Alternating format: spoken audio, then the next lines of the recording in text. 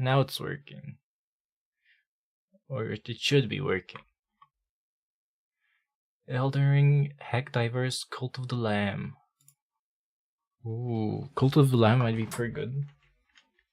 But I need to set up the Twitch extension.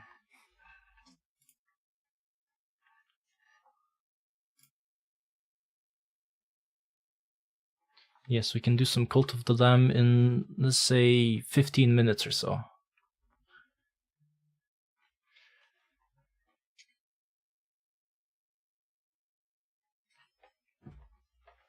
Yes, so I will read about one full poem.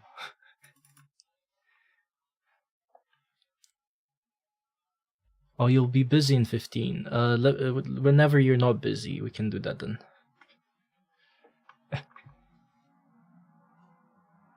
An hour? Yes, that works.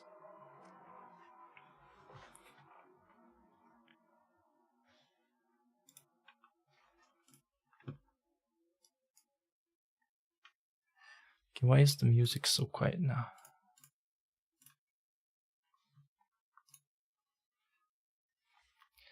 And then let me try... Actually, minus 20 looks good.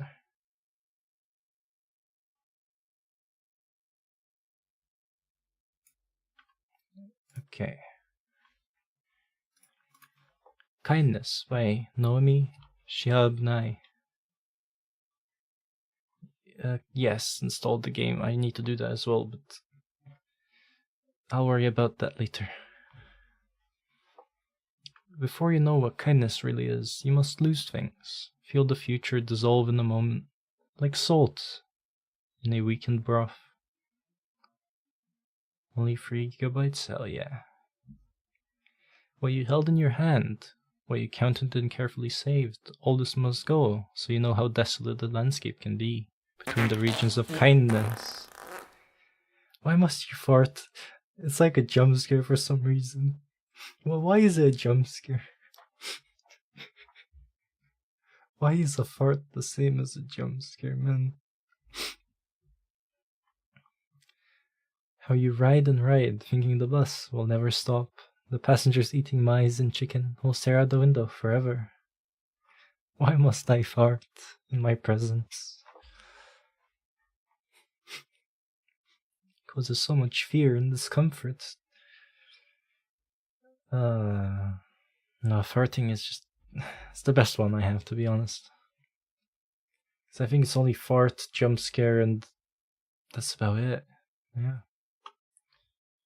Pardon my arrogance, for I have farted in your presence.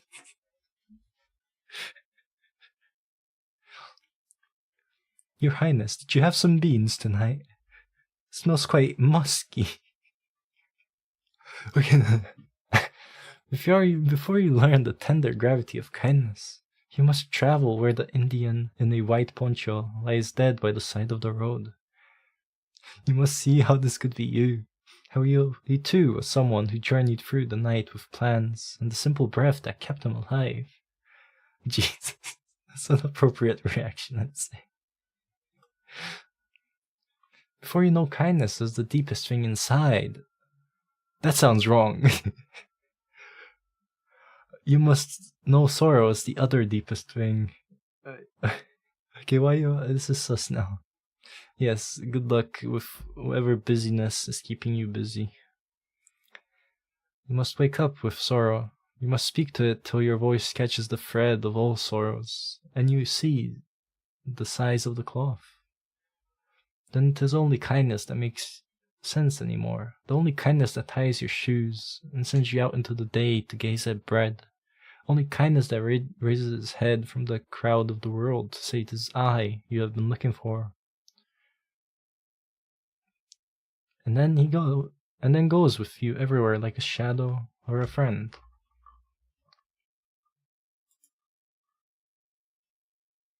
Next. Give me another poem. Oh no, it doesn't want to give me another poem.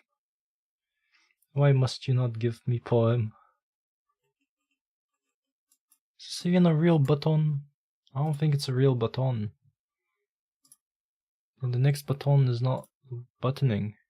What about this next one? Nope. Let's go back to random poetry. Yes, any random randomize.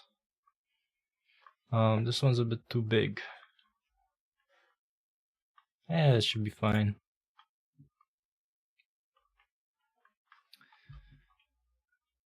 This poem looks way too confusing. Let's randomize again.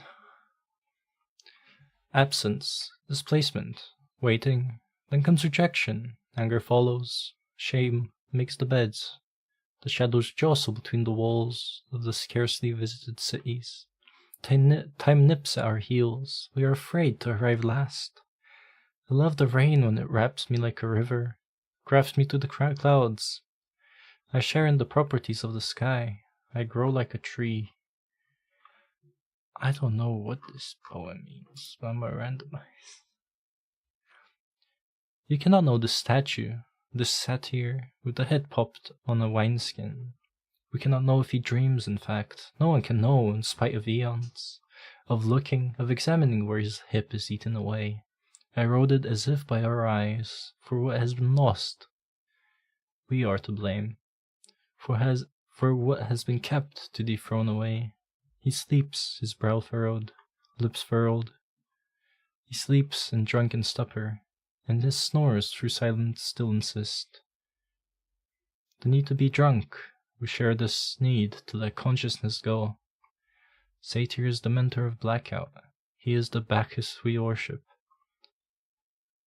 within us.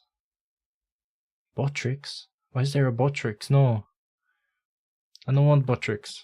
Can I kick Botrix out? I swear I disabled that bot ages ago. I don't want you, Botrix. I don't want you.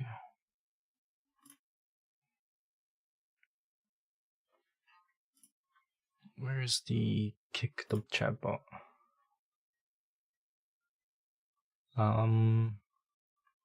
Did that work?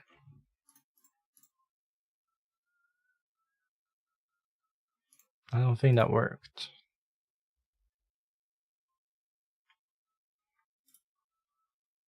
Actually, I guess I can keep you. Just no links.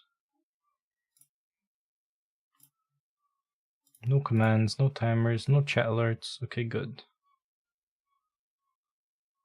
Now I just need to make sure there's no widgets either. I don't think I have the alerts set up here, so it should be fine. Should be fine.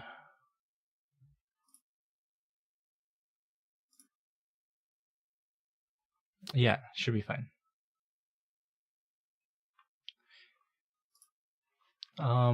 Okay.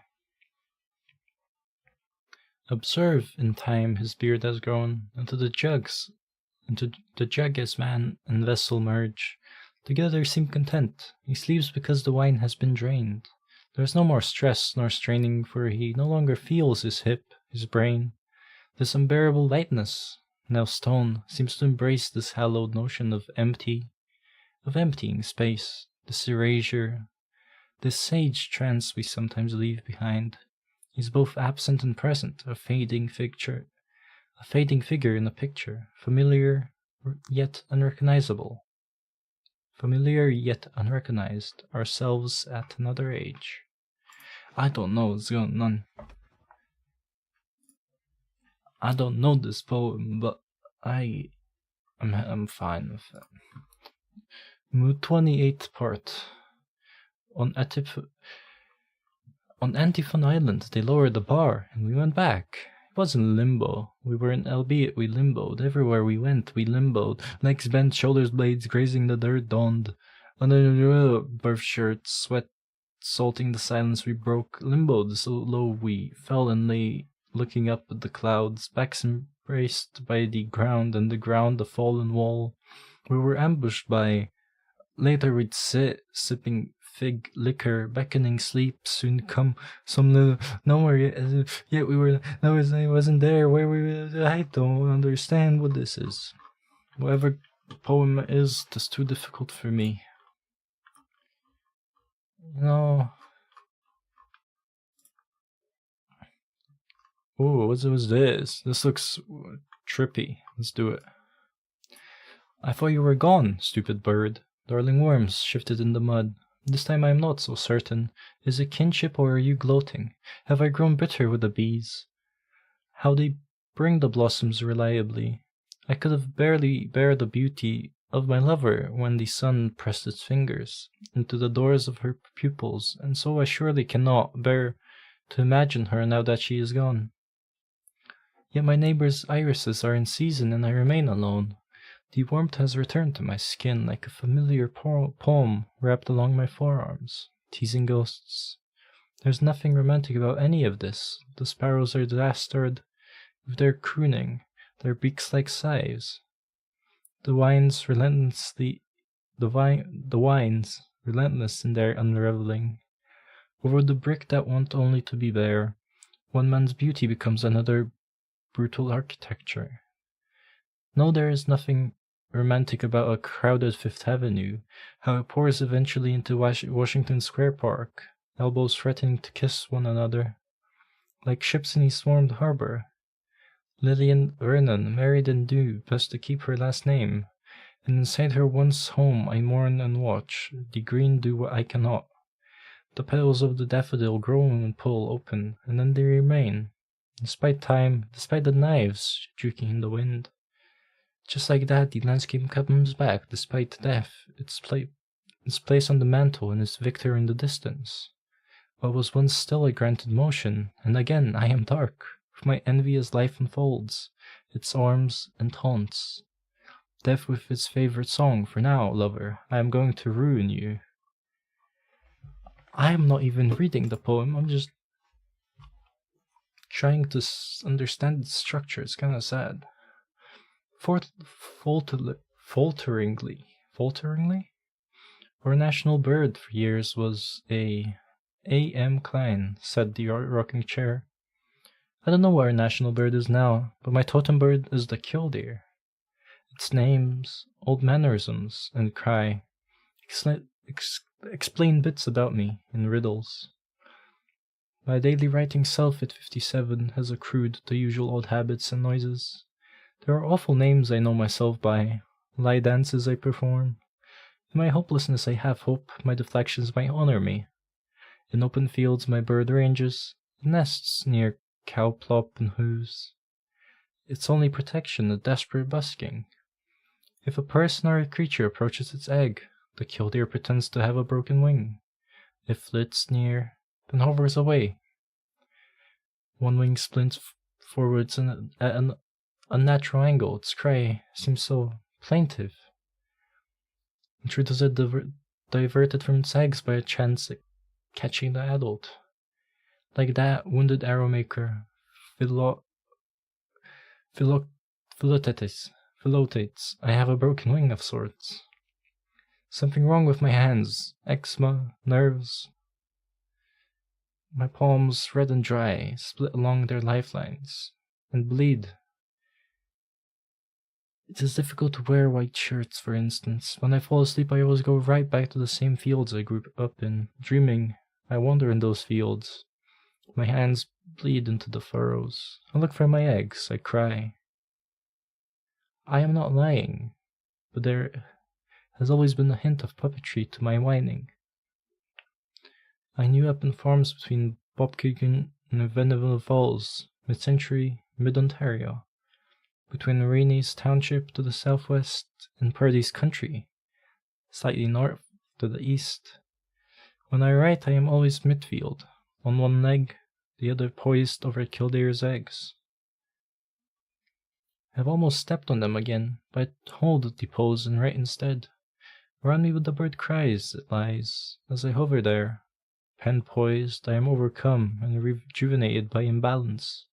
Complexity. Its Latin name is Charagius vociferus. A vociferous charade. Its common name, killdeer, is a yoking of precious and doomed. Killdeer. There isn't much to say, just here I am. I am another waving of old tools as if they were broken wings.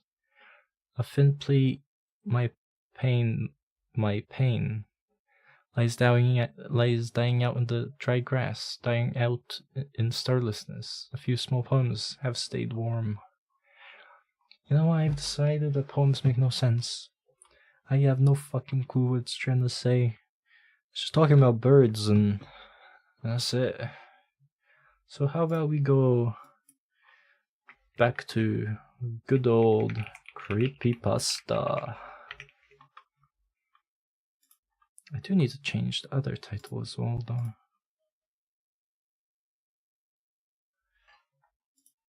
Should be able to do this over here somewhere.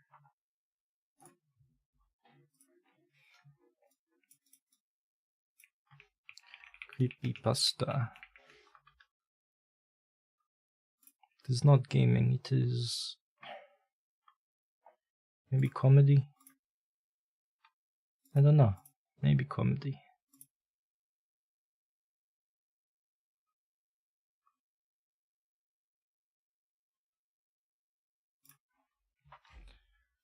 Actually, it should be horror. What am I saying? Is there horror? I don't see horror. Let's go to entertainment. Why not?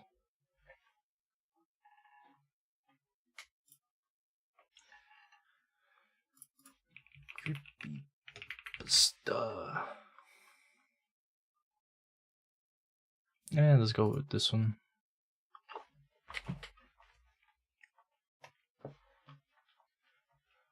The last live stream. Well, that seems very suiting.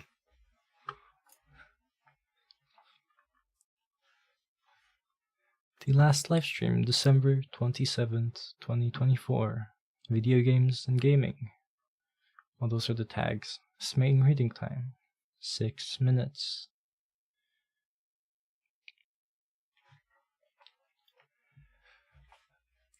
I never meant to stay up so late watching streams, but something kept me glued to my screen that night. It was Friday, the perfect end to a long week. I had a couple of drinks and I decided to catch up on my favorite Twitch channel. A spooky gaming streamer named Ethan. Streams often showcased horror games, complete with eerie atmospheres and jump scares that left me laughing and screaming at the same time. But that night, things took an unexpected turn. Ethan was playing an obscure indie horror game called Whispers in the Dark. It gained a small cult following for its unsettling narrative and bizarre visual style.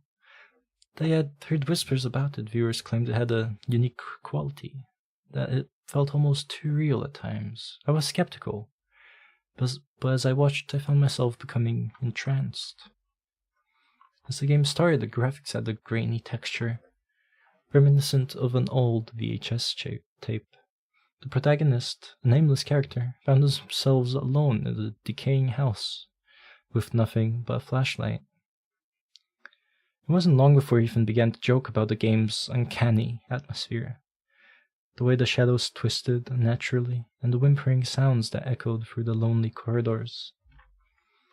I laughed along with him, but couldn't shake off an odd feeling. As the game progressed, I started to notice something was off. An unsettling familiarity crept into my mind. The layout of the house, and the creaky floorboards, and the whispering voices in the background felt almost personal. I could have sworn I had seen it somewhere before. Ethan's reactions were entertaining at first, but soon they began to change. His laughter faded into nervous chuckles. Occasionally, a flicker would cross his face, as if he were experiencing something just out of reach. I couldn't help but lean in closer to the screen, caught between anxiety and anticipation. "What was that?" he muttered, peering into the darkness of the game. A strange sound reverberated through my speakers, a whisper that was not part of the game. I glanced around my dimly lit room, feeling a chill I could not explain. When I turned back, Ethan was staring wide-eyed at the screen.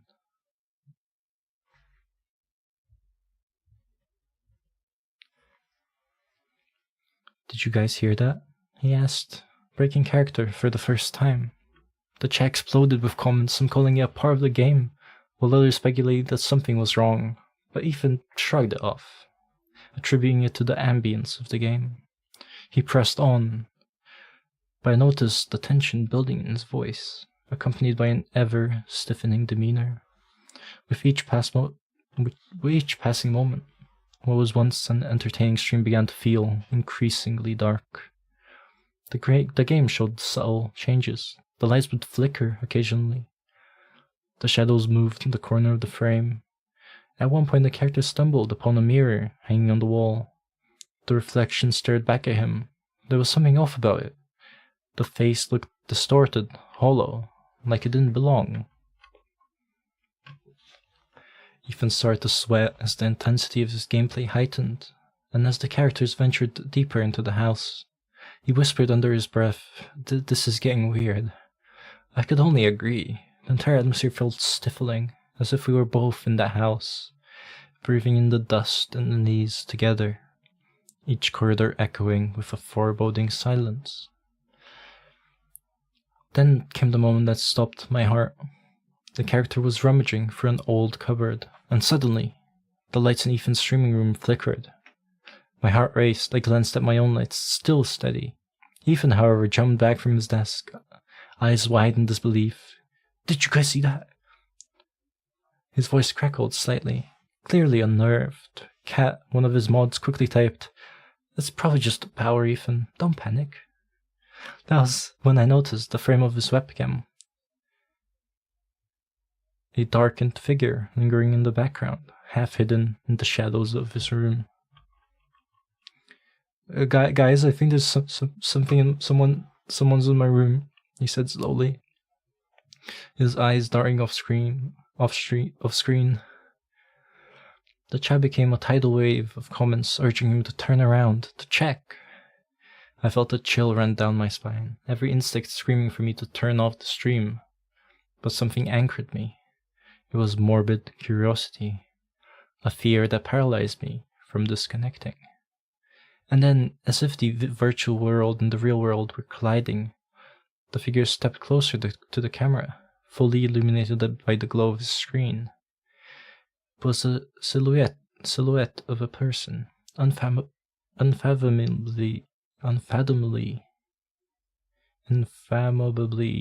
thin, ragged clothes hanging off their emaciated frame.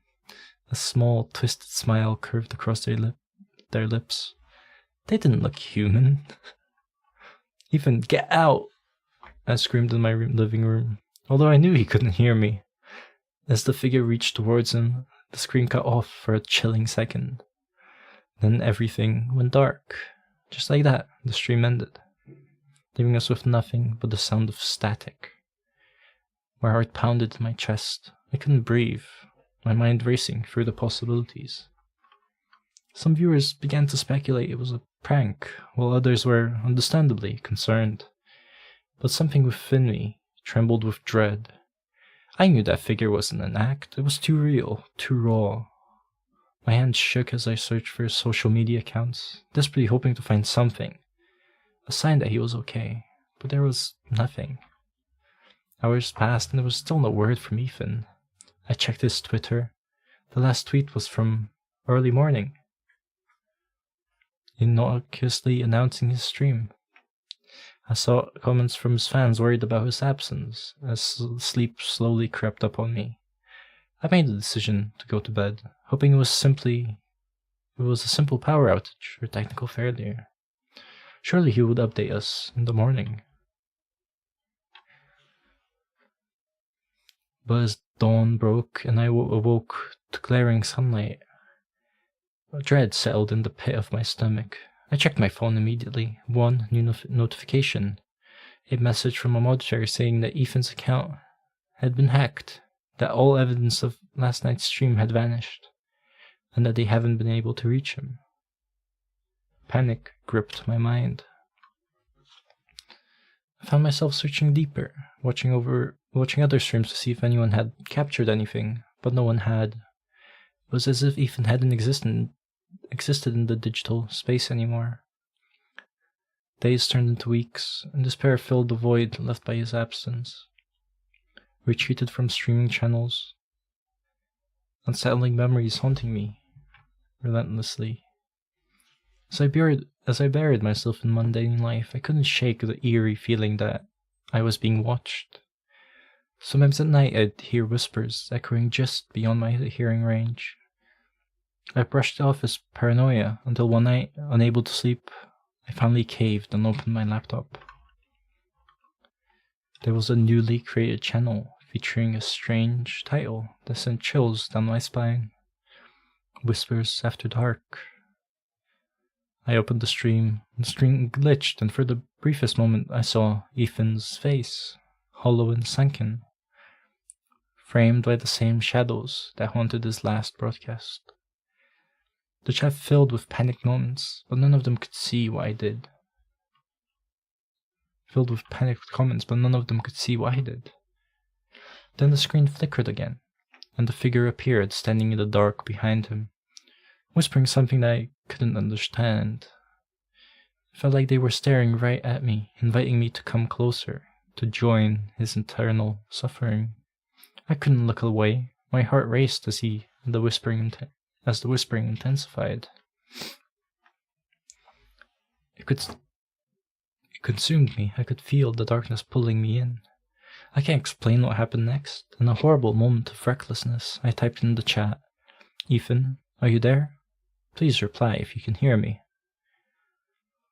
The chat exploded as people gripped their seats, begging him to respond, but he was silent. The whispers elevated, and then those familiar, distorted tones reached my ears. It was Ethan's voice hidden between layers of static, calling for help, choked and broken. "Help me. I can't escape." The feed cut off abruptly, leaving only the static. I slammed my laptop shut, shaking. I knew I had crossed the line I could never uncross. As the days stretched on, sleep deprivation and dread conquered me. My mind started to fracture. I dreamt of that figure lurking in my room, whispering my name, beckoning me to join the emptiness. I was awake yet trapped in a nightmare. The lines between reality and the unknown smeared relentlessly. Finally, a month later, a post appeared on Ethan's old account, a stream scheduled for that night. As dread filled my heart, I joined, unable to keep away. The stream loaded, and darkness enveloped, but there was no Ethan. The same figure stood under the flickering light, twisted and grotesque, as they grinned unknowingly into the camera. They beckoned to the viewers, inviting everyone to enter the long, forgotten house. I felt icy fingers wrapping around me, pulling me deeper into the screen. "Join us," this voice echoed in the back of my mind. "There's room for you in the dark." And I understood. I felt the pull. It's terrifyingly easy to linger in this emptiness. I've already lost everything, and as I sit here before my screen, trembling, part of me knows that soon I'll answer that call. Soon I'll join them. Just one more whisper until I'm nothing but a voice. I don't know how long I can hold out. I can feel the walls closing in, the shadows creeping closer. Ethan might have been the first, but he won't be the last. The darkness isn't done with anyone who watches, and it wants me too. You must remember this. Whatever you do, don't go looking for him. The whispers in the dark can call to you just as easily. Credit Aigizoitas. Oh, that was a good story. I liked it. Press the button. My voice is kind of dying from it, but it's okay. I have some cream soda. American cream soda is what they call it.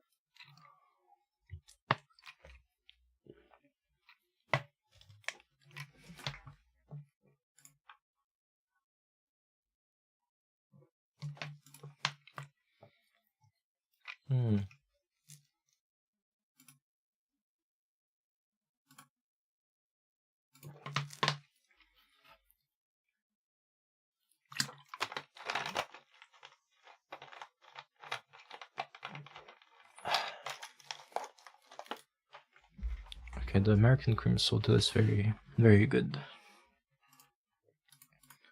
Oh, I closed something I shouldn't have. Whoops. Okay, let me find another story. Another creepypasta. I don't know if we want to go to famous, top ranked, or random. Does random work?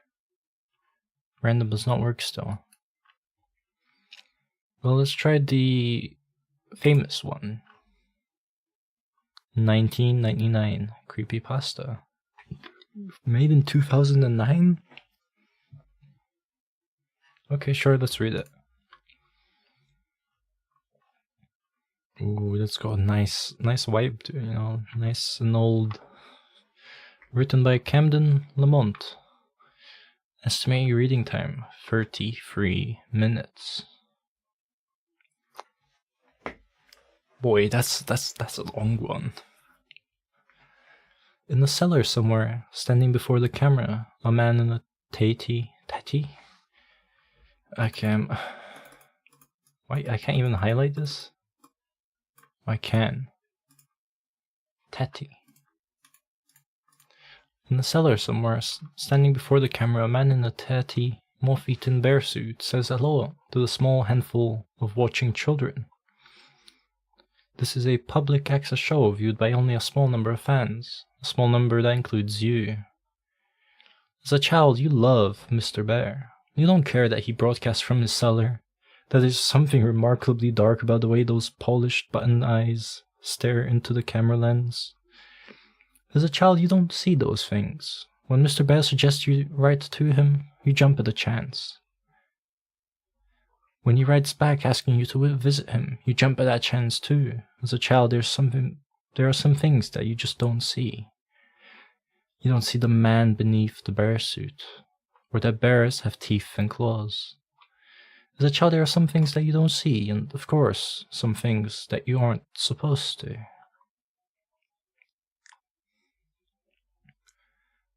Uh, 1999 also referred to Mr. Bear's Cellar as a creepypasta about a fictional TV show. The show, which has been a kids' provisional program, and it's called the show. The this story set 10 years after the show was supposed to have gone off the air, gives an account of the series. Okay. So it's revealed the story which inherited in the typical Lucky Escape narrative.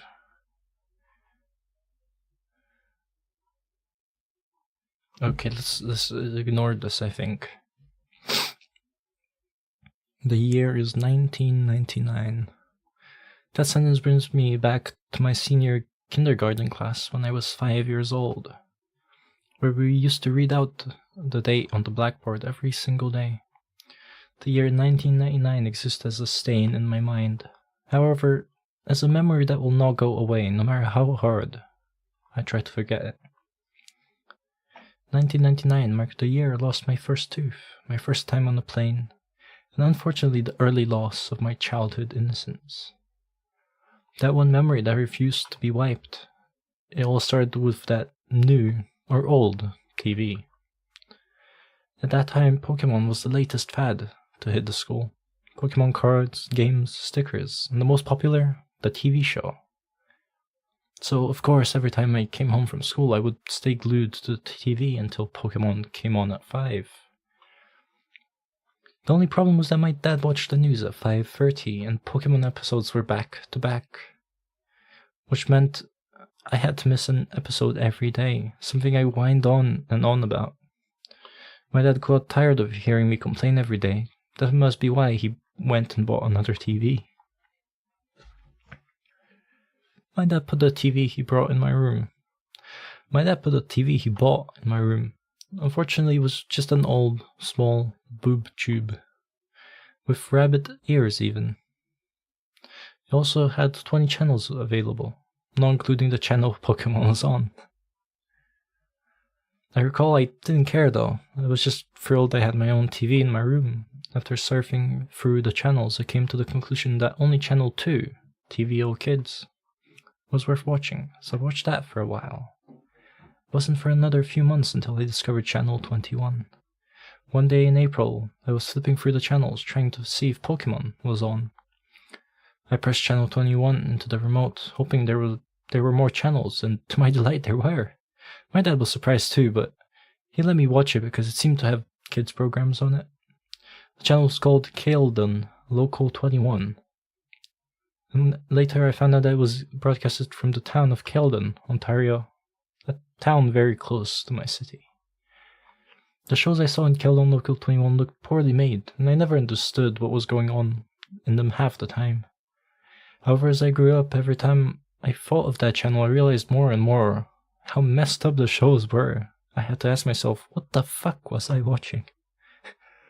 The following is a list of shows and episodes I remember seeing on Caledon Local 21. How I remember such detail even disturbs me, but I guess things like this stand out in your mind for a while. The channel only ran a few shows, probably because it was only operational between 4 p.m. and 9 p.m. April 1999. Mr. Bear's Cellar, Episode 12. Very sketchy name if you look at it nowadays. The show featured a guy wearing a bear mascot costume who would get a new visitor into his cellar every day. It was always a kid. The show was filmed with a camcorder, and not a very good one, either. The police asked me a lot of questions about the show.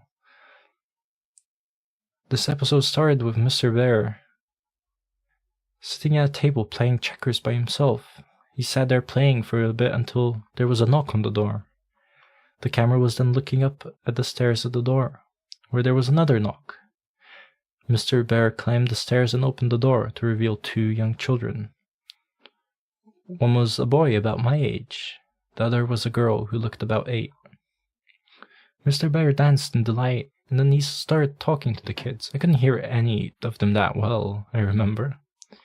Mr. Bear led the kids into his cellar, which was quite dark, only lit by a small oil lamp on the table.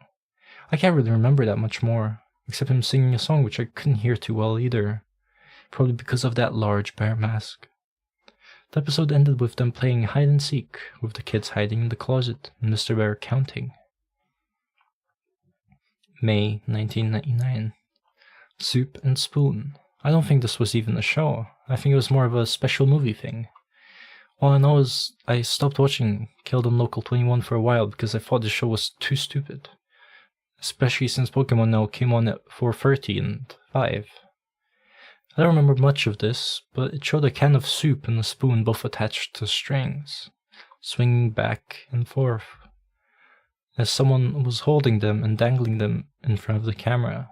Interestingly enough, the show was shot in a basement, which looked just like the one used in Mr. Bear's cellar.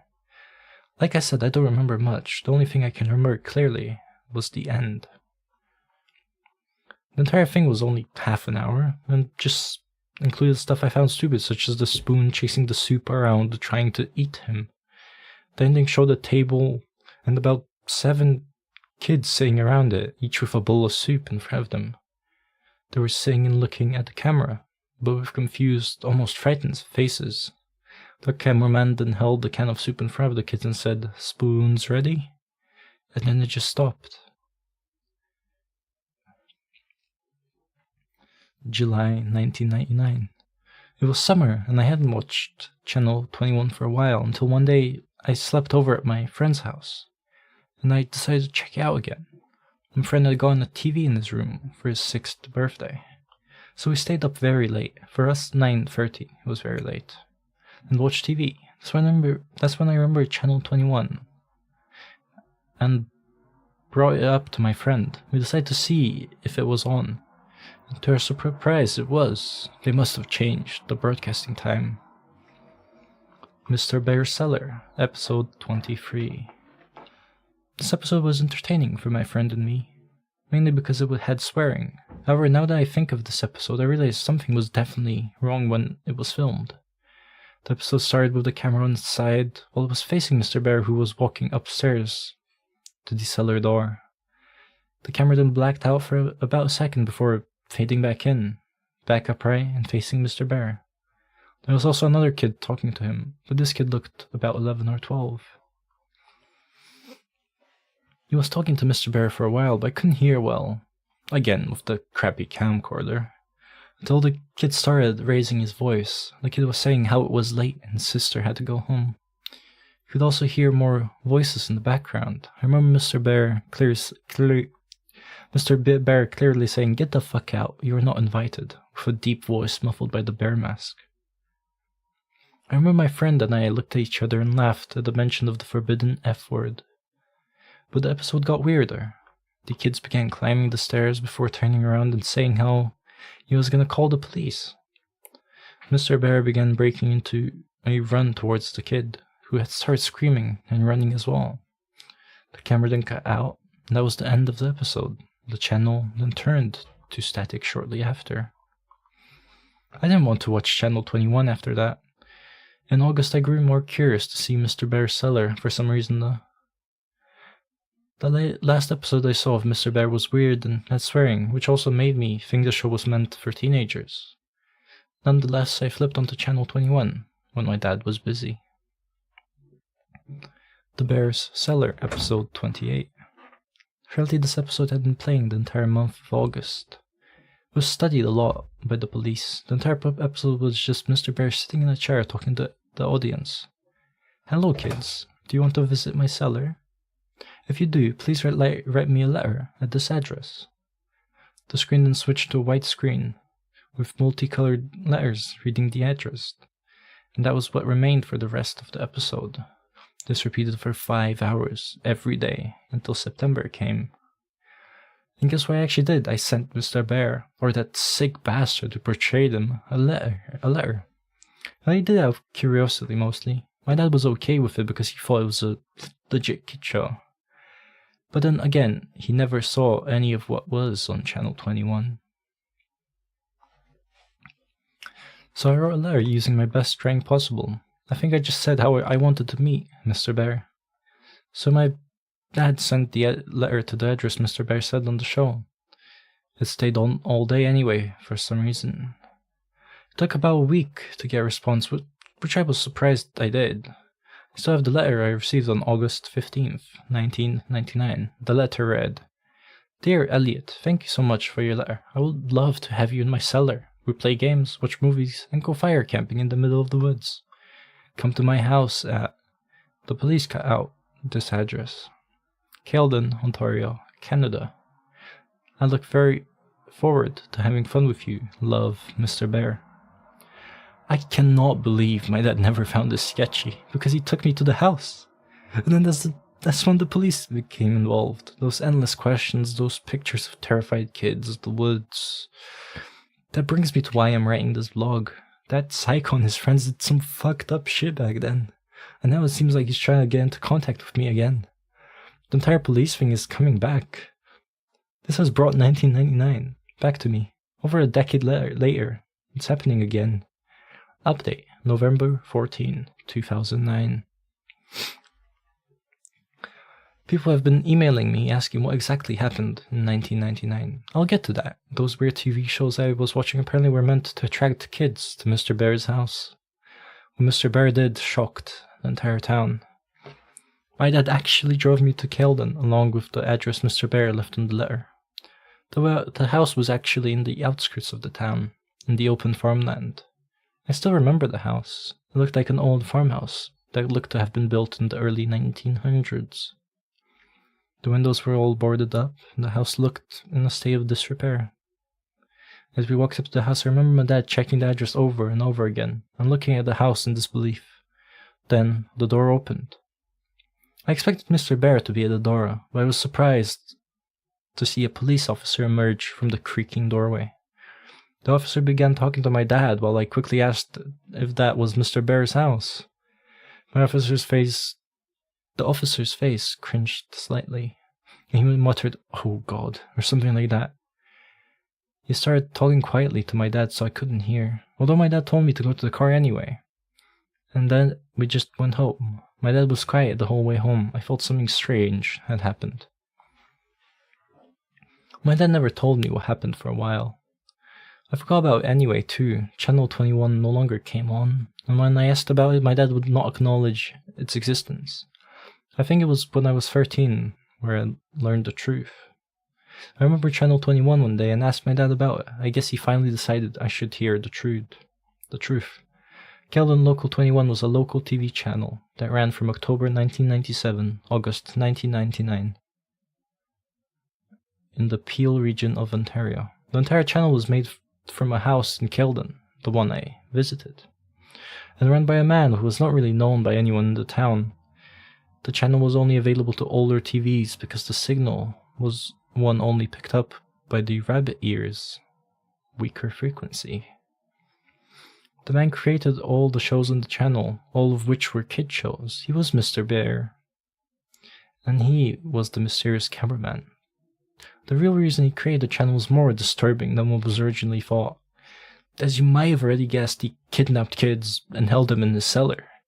But while most people thought he was a serial child molester, he really wanted to use the kids for another purpose. The day I arrived, the man had fled his house the night before. The day before the police went in for the investigation. I wasn't the only one who was watching.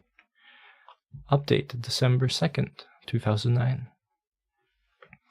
Sorry for not answering any questions for so long. I haven't accessed my email account for some time. Anyway, let me finally set things straight about what I know. Back in October, I visited the house previously owned by the man who ran the Keldon Local 21. 2 women lived there, operating a daycare business. How ironic. To answer the questions you guys emailed to me. Who else watched Keldon Local 21? Okay, I need some more. It's too long. It is also very long.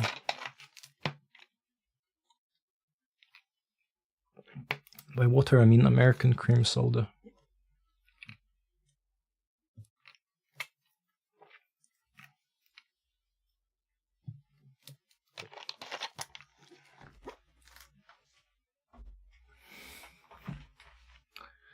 Hey, I know other people watched it for sure, including those kids who wound up at Mr. Bear's house. After some Google searches, I found a few people on the Neo Seekers forums who were discussing shows from Keldon Local 21. They talked about the 2 shows I watched, but also another 2 shows I'd never seen before. A user named I Am Real Life seemed to know all the shows that were broadcasted on Channel 21. Here are the 2 I've never heard of. The Fallen Angel in Life. I Am Real Life described it as a fairly boring show about a guy rambling on in front of the camera about how we must please Satan and appease him before it is too late. Paint with the Soul. I Am Real Life and another user called Siggy92 were discussing the show. They described it as Blair Witch-like, as it consisted of the cameraman wandering around the forest at night, doing nothing particularly interesting.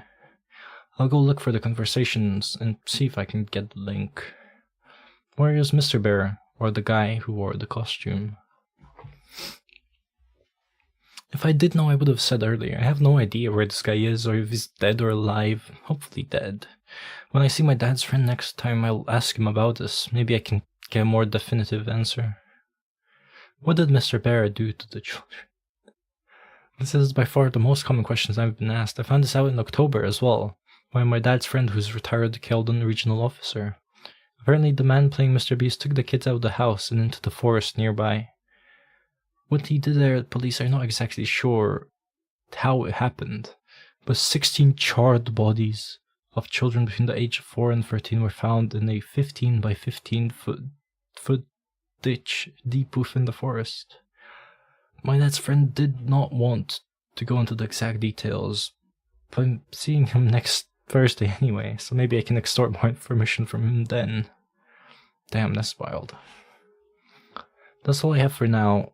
Thanks for keeping an interest in my blog. I'll try to gather as much information as I can for my next post. I've actually been getting pretty interested in this myself. It should be my right to know what the hell happened. Update, January 14, 2010.